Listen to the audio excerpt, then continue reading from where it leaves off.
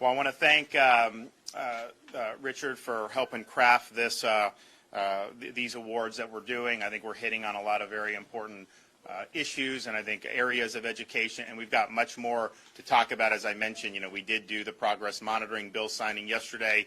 We're going to do a lot to highlight what we've done for teachers, what we've done for other aspects of schools in Florida. I think it's really exciting. It's also actually just as parents, my wife and I were looking at some of the stuff in the legislature. One of the things they did, I think it was about $1.3 billion in tax relief, really targeted to try to combat some of the inflation that we're seeing. And so household staples, things like gas and school supplies and things that we know people are going to have to buy, you're going to be able to have holidays for that. One of the things that was in there, and I have a 1-year-old daughter that's about to turn 2, is a tax holiday on diapers. And I can tell you,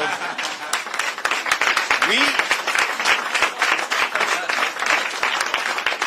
go through a lot. I mean, it's like my oldest is 5, she's good. My son's about to turn 4, he's good. But, I have the youngest that's about to be 2, and she's very advanced and smart, but we've got a little runway there yet. And so just from a parent's perspective, the schools, people, we tend to think of that, and that's very important. But the ones that aren't school age yet, and this wasn't my idea, so I cannot take credit. They did it and put it in there. And so I know there's a lot of parents of young kids that when that goes into effect on July 1st are going to be very happy to be able to save, because there's certain things when inflation's this bad, maybe you cut back on some certain stuff, but it's kind of hard to cut back on diapers when you got a little one. I mean, that's just the reality of what you have to do. So we're excited about a lot of what's been able to do, and we're excited about today's award. So thanks everybody for having me. It's always great to be back in Hialeah, and we were happy to take some questions. Yes, ma'am.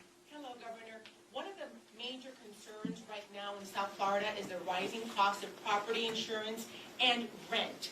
The Miami-Dade Commission approved legislation for notification of 60 days, but what can the state do?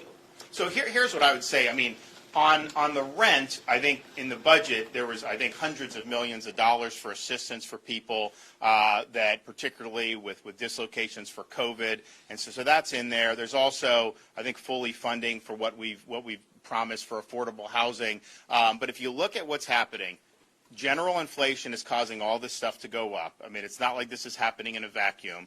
You also had the CDC basically had a moratorium so that if people really didn't have to pay rent, and I'm not saying people here weren't, I mean, some may not have been, but what's happening is now all these people that own these properties are charging more to make up for what was there. Biden was warned about this. He was told that this was going to happen, and they had to take it all the way to the Supreme Court to be able to do. Then you also have the issue where there's a lot of demand to live in Florida. Rents are going up all across the country, but in a place like South Florida, this is kind of the center of the universe right now. We've never had a situation where so many people, when they're fed up for all the nonsense they're dealing with in other parts of the country, heck, even other parts of the world, the number one place they think to come now is South Florida, Miami. And so there's just a lot of demand. So we've provided a lot of support for those issues, and I think that will probably help some. I think you do just need to be able, in some of these local governments,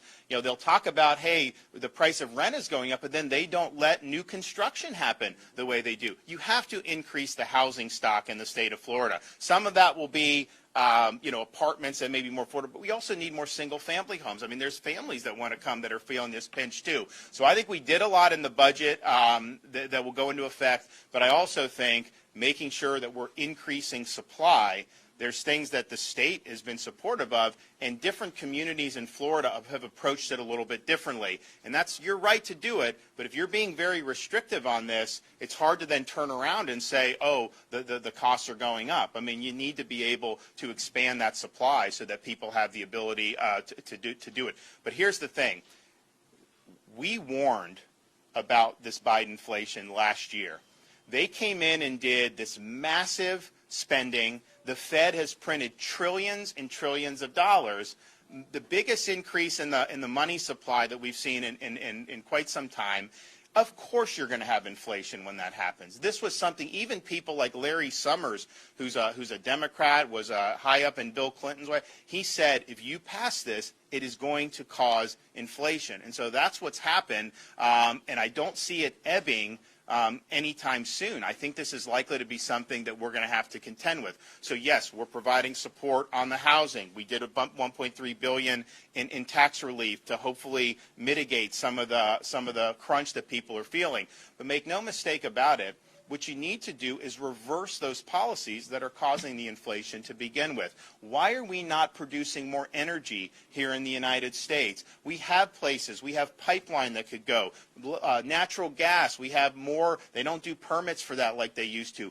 Anwar up in Alaska. There's more oil and gas up there than in Saudi Arabia. It's a massive, massive opportunity. And basically, from the time Biden's come in, he said no, no, no. Well, of course that's going to cause, and it's not just fuel prices. When energy prices are going up the way they are, that permeates the entire economy. It's more important to transport. It's transport goods, create goods. Everything is permeated by that, and it helps contribute to rising prices. And so let's do what we can at the federal level to reverse some of the policies that have caused this, and let's try to give people relief throughout our economy. And if they did that, it would make a really significant difference. They have not shown an inclination to do that. What I can tell you this, though, you refuse to do energy in the United States, and then you're going to go down hat in hand to Maduro to try to beg for oil down there?